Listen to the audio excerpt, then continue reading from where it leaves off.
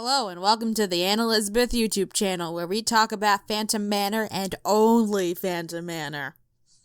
Not really, but you guys sure like hearing me ramble on about it. I have never been one to deny the people what they want, so here we are. You've probably heard this idea expressed before. Everything's a remake, there's no such thing as originality, and everything is copied from something that came before. You can always trace something back to an original source.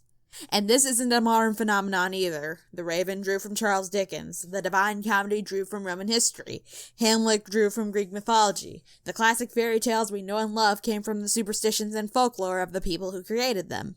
But better YouTubers than I have articulated that very well.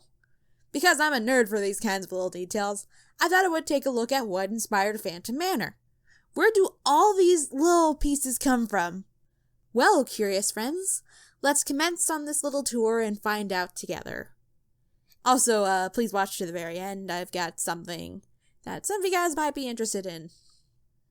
The actual Phantom Manor building was said to be based on a couple different houses. However, most parkgoers have noticed that the facade resembles the Bates house from Alfred Hitchcock's Psycho. The Imagineers who worked on the attraction have always denied this, but that hasn't stopped people from making the connection anyway. Psycho is one of the most famous movies ever made, so they had to take influence from it, right? And outside of the actual building, it has the same style of stairs leading up to the front door that Phantom Manor has. But I don't think it's quite as cut and dry as that. The Bates house was said to be modeled after a house in a painting by Edward Hooper, which was based on a real-life house in New York. That house was built in 1885. You look at houses dating back to that era, and they all have the same style of architecture, with the porch, the overhanging roof. Personally, I think it's just as likely that the people working on Psycho and the Imagineers working on Phantom Manor pulled from the same sources and the same type of architecture for inspiration. One of the inspirations for the Phantom Manor facade is actually a piece of concept art by Harper Goff for a haunted house attraction at Mickey Mouse Park. That concept art predates Psycho by 9 years. Mickey Mouse Park, of course, evolved into Disneyland, and the haunted house attraction would eventually open as the Haunted Mansion. Now, saying that Phantom Manor takes influence from the Haunted Mansion is a little redundant, and if I were to point out every instance where Phantom Manor referenced the attraction, we'd be here all day. Instead, let's get a little bit more specific. When tasked with coming up with the ghost house story, Ken Anderson envisioned a story of a doomed wedding. The details vary depending on who's retelling the story, but I'm going off of Jim Korkis's retelling. The story went as followed. In the 1880s, the owners of Bloodbeer Manor befell a terrible fate on the eve of their daughter's wedding, and it cursed the mansion forever. Now, every anniversary of that ill-fated matrimony, the ghosts try to lift the curse by going through with it. But it never worked. The bride always rejected her groom, and chaos erupted from the reception. If you've seen my other videos, you've probably heard all of this before. However, like every other story Ken Anderson came up with, it never made it into the final attraction. But you can see the parallels to Phantom Manor. A doomed wedding, a bride locked in perpetual wedding vows, and the cursing of a house because of it. Imagineering does that stuff all the time, looking to the past and seeing stuff that was never built, and trying to incorporate it into current attractions. Such is the case with the next thing. Near the end of the attraction, you travel through an old western town with all of the debauchery and wildness that comes with it. This was inspired by the Western River Expedition, an attraction designed for the Magic Kingdom that was never built. The storied history and legacy of that attraction could probably make for its own video, but in short, it was basically a western version of Pirates of the Caribbean. The Phantom Canyon scene is very reminiscent of what some of the scenes in that attraction would have looked like. In addition to that, the name of the town that the story takes place in, Thunder Mesa, is lifted from the Western River Expedition. In the original version of the ride, Melanie remained in her wedding gown until her dying days, never taking it off. It's pretty much directly lifted from Charles Dickens' Great Expectations. The character Miss Havisham was an old woman living in a rundown mansion, wealthy and a wee bit mad. One of her defining traits was that she always wore an old wedding dress and one shoe. After she was jilted at the altar, she refused to take it off, languishing away in her old home. Her wedding cake was left to rot, and she only let a few people see her. As Dickens described her, I saw that the bride within the bridal dress had withered like the dress, and like the flowers, and had no brightness left but the brightness of her sunken eyes. I saw that the dress had been put upon the rounded figure of a young woman, and that the figure upon which now hung loose had shrunken to skin and bone. The influence she had on Melanie should be obvious. Though Melanie kept her dress on more out of devotion and belief that her beloved would return, and she never adopted a girl and taught her to hate all men, but the basics are still there. The attraction also borrowed from a popular motif in art, Death and the Maiden. This one almost goes without saying, but I'll go into more detail. Dating back to the medieval ages, or possibly before that, it depicts the personification of death with a pretty woman. That personification tends to be a skeleton or a Grim Reaper type character.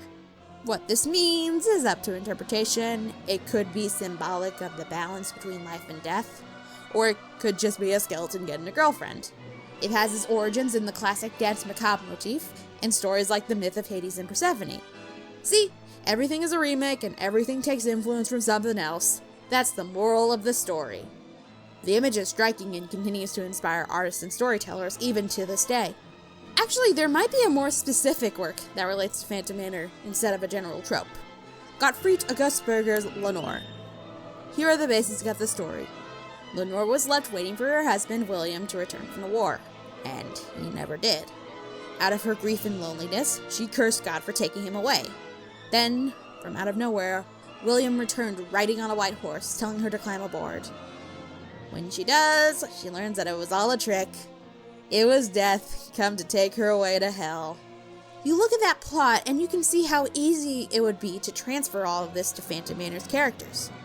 The Phantom might not be a character or a spirit, but just a personification of death itself, come to take Melanie away and reminding us that we might not be too far behind. What we learned from the refurb kinda kills this interpretation, but it's still interesting to think about. And there's another novel worth bringing up, Walter Scott's The Bride of Lammermoor. This story is about a tragic love affair broken apart by a vengeful family member. The star-crossed lovers are named Lucy Ashton and Edgar Ravenswood, and their love is torn apart from the scheming of the woman's parent, though it's her stepmother instead of her father.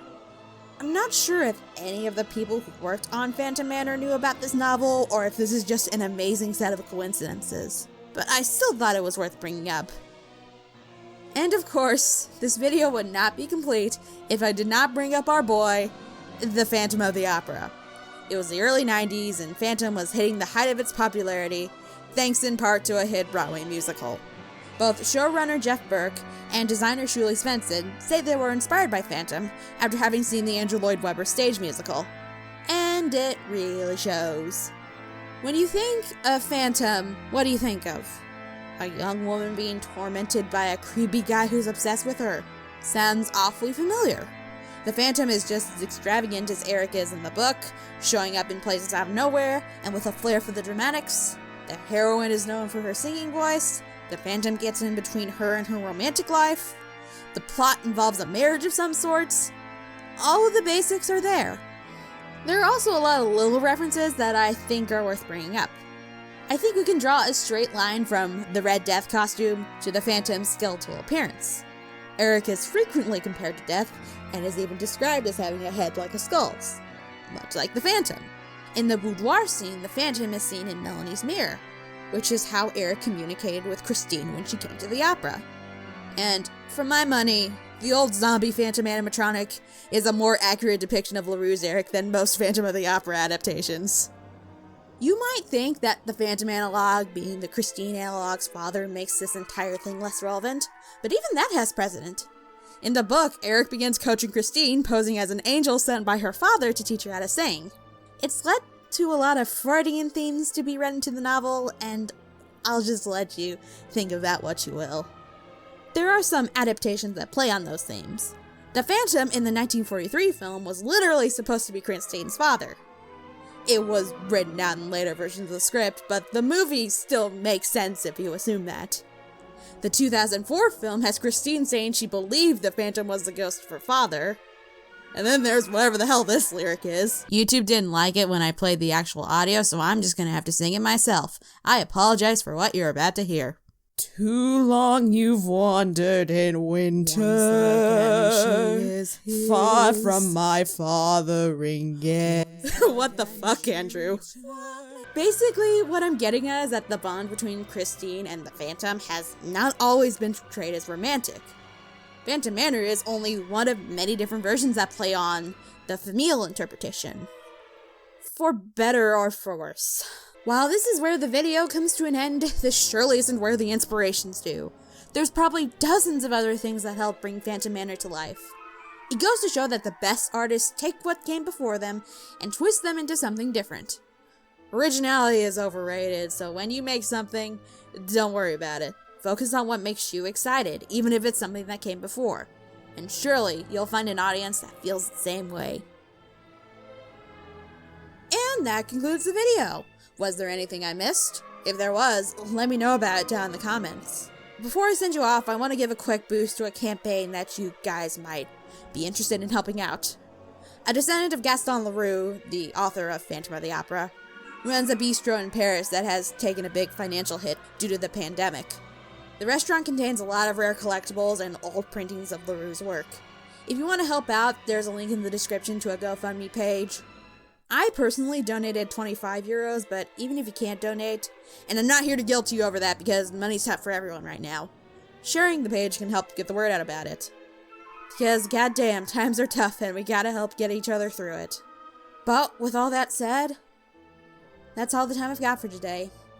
Thank you so much for watching as always, and I will talk to you guys soon. Take care.